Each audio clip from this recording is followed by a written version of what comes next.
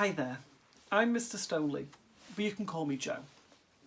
Today I'm going to be reading Roald Dahl's The Witches because it's one of my favourite books. Now, you can read along with me as well, either by reading what's on the screen, or if you've got a copy of Roald Dahl The Witches, read along with me. Also, if you have a look on the status, there's a link to the book and you can read along with us. So, Chapter 1. A note about witches. In fairy tales, witches always wear silly black hats and black cloaks, and they ride on broomsticks. But this is not a fairy tale. This is about real witches. The most important thing you should know about real witches is this. Now listen very carefully. Never forget what is coming next. Real witches dress in ordinary clothes and look very much like ordinary women. They live in ordinary houses and they work in ordinary jobs. That is why they are so hard to catch. A real witch hates children with a red, hot, sizzling hatred that is more sizzling and red hot than any hatred you could possibly imagine. A real witch spends all her time plotting to get rid of the children in her particular territory. Her passion is to do away with them, one by one. It is all she thinks about the whole day long. Even if she is working as a cashier in a supermarket, or typing letters for a businessman, or driving around in her fancy car. And she could be doing any of these things. Her mind will always be plotting and scheming and churning and burning and whizzing and fizzing with murderous, bloodthirsty thoughts. "Which child," she says to herself all day long, "exactly which child shall I choose for my next squelching?" A real witch gets the same pleasure from squelching a child as you get from eating a plateful of strawberries and thick cream. She reckons on doing away with one child a week. Anything less than that and she becomes grumpy. One child a week is 52 a year. Squish them and squiggle them and make them disappear. That is the motto of all witches. Very carefully, a victim is chosen. Then the witch stalks the wretched child like a hunter stalking a little bird in the forest. She treads softly. She moves quietly. She gets closer and closer. Then at last, when everything is ready, thrust! And she swoops, sparks fly, flames leap, oil boils, rats howl, skin shrivels. And the child disappears.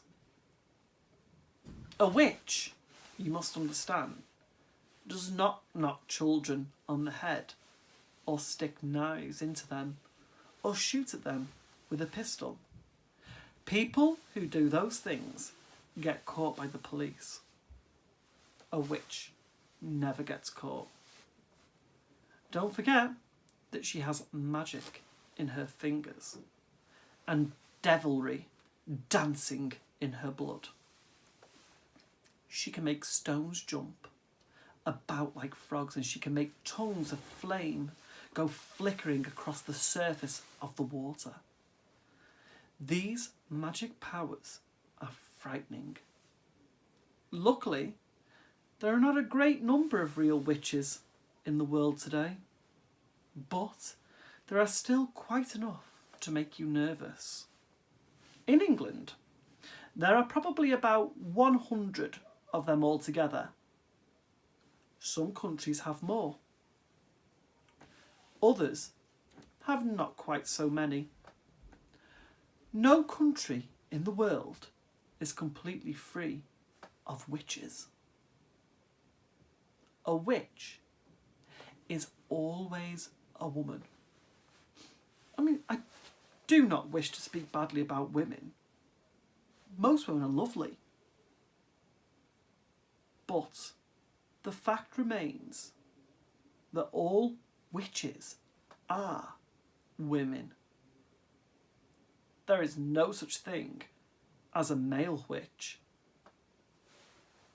On the other hand, a ghoul is always a male. So indeed is Bagest.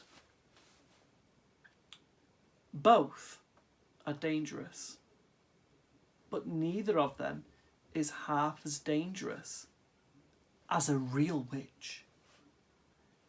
As far as children are concerned, a real witch is easily the most dangerous of all the living creatures on earth. What makes her doubly dangerous is the fact that she doesn't look dangerous. Even when you know all the secrets you will hear about in a minute, you can still never be quite sure whether it is a witch you are gazing at or just a kind lady. If a tiger were able to make himself look like a large dog with a waggy tail, you would probably go up and pat him on the head. And that would be the end of you. It is the same with witches. They all look like nice ladies. Kindly examine this picture below. Which lady is the witch? That is a difficult question, but it is one that every child must try to answer. For all you know, a witch might be living next door to you right now. Or she might be the woman with the bright eyes who sat opposite you on the bus this morning. She might be the lady with the dazzling smile who offered you a sweet from a white paper bag in the street before lunch. She might even, and this will make you jump, she might even be your lovely school teacher who is reading these words to you at this very moment.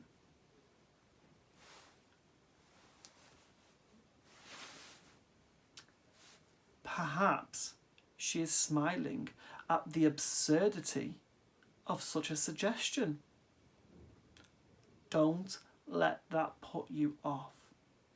It could be part of her cleverness.